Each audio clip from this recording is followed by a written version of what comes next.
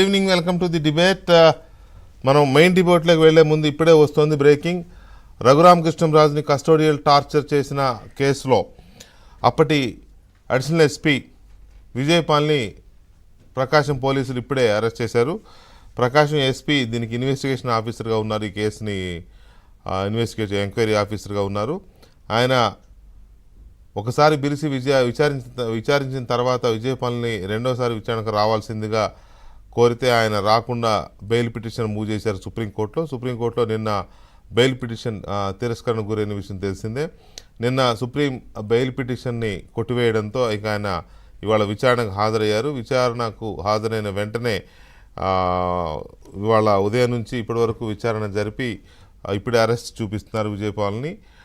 ఈ కేసు చాలా సంచలనమైన కేసు. రఘురామకృష్ణంరాజుకు సంబంధించి అప్పట్లో మే 14వ తేదీ ఆయన పుట్టినరోజున తీసుకెళ్లిన పోలీసులు 2 రోజుల పాటు చిత్రహింసలకు గురి చేశారు. ఆ తర్వాత ఆయనని జైలుకు పెట్టడం, జైల్లో కూడా ఆయనని అంతమొందించడానికి కుట్ర జరిగిందనేది ఆ తర్వాత రఘురామరాజు చేసిన ఆరోపణ.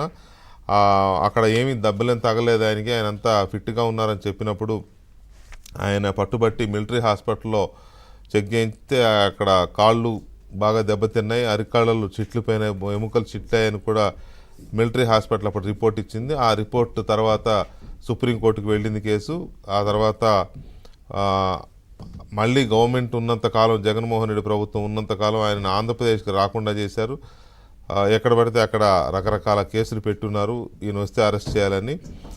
తీరా ఎన్నికలు అయిన తర్వాత, ప్రభుత్వం మారిన తర్వాత మాత్రమే ఆయన స్వేచ్ఛగా అక్కడ పనిచేయగలిగారు. మొత్తం మీద ఆయన మళ్ళీ ప్రభుత్వం మారిన తర్వాత తన కేసు విచారణ జరపాల్సిందిగా, తనను హింసించిన వాళ్ళపైన చర్యలు తీసుకోవాల్సిందిగా గుంటూరు పోలీస్ స్టేషన్లో కంప్లైంట్ చేశారు. ఆ సిఐడి లిమిట్స్లో ఉంటుంది కాబట్టి గుంటూరు పోలీసులకి ఆయన ఫిర్యాదు చేశారు. ఆ ఫిర్యాదు అప్పటి నుంచి ఎంక్వైరీ స్టార్ట్ అయింది. ఫస్ట్లో ఒక సిఐని ఎంక్వైరీ ఆఫీసర్కి వేశారు, ఆ తర్వాత ఒక డిఎస్పీని వేశారు, ఆ తర్వాత ఒక అడిషనల్ ఎస్పీని కూడా వేశారు. చివరికి కేసు ముందుకు సాగడం లేదని రఘురామకృష్ణరాజు పట్టుబట్టడంతో చివరికి దామోదర్ అని ఒంగోలు ఎస్పీ గారికి కేసు అప్పచెప్పి ఈ ఎంక్వైరీ చేయమన్నారు, ఇన్వెస్టిగేషన్ చేయమన్నారు. ఆ ఇన్వెస్టిగేషన్లో భాగంగానే ఇవన్నీ జరిగినాయి. ఇంకా చాలామందిని ఇందులో విచారించాల్సి ఉన్నా కూడా ప్రస్తుతం ఆ కిడ్నాప్ చేసినప్పుడు రఘురామకృష్ణంరాజుని హైదరాబాద్లోని ఆయన ఇంటి నుంచి వచ్చి బలవంతంగా ఎత్తుకెళ్ళినప్పుడు ఆ టీంకి లీడ్ చేసిన వ్యక్తి ఈ విజయపాల్. ఈయన రిటైర్ అయిన తర్వాత సర్వీస్ పొడిగించి మరీ సిఐడిలో పెట్టుకున్నారు జగన్మోహన్ రెడ్డి గారు. పెట్టుకొని ఆయనకి బాధ్యతలు అప్పచెప్పారు. అన్ని ఇలాంటి పనులే అప్పచెప్పితే చివరికి అది ఈ రకంగా మనం చూస్తున్నాం. సో ఇప్పుడు పోలీసులు అరెస్ట్ చేశారు. ఇక తర్వాత రిమాండ్ ఉంటుంది. రిమాండ్ తర్వాత పోలీసులు విచారణకి అడుగుతారేమో చూడాలి.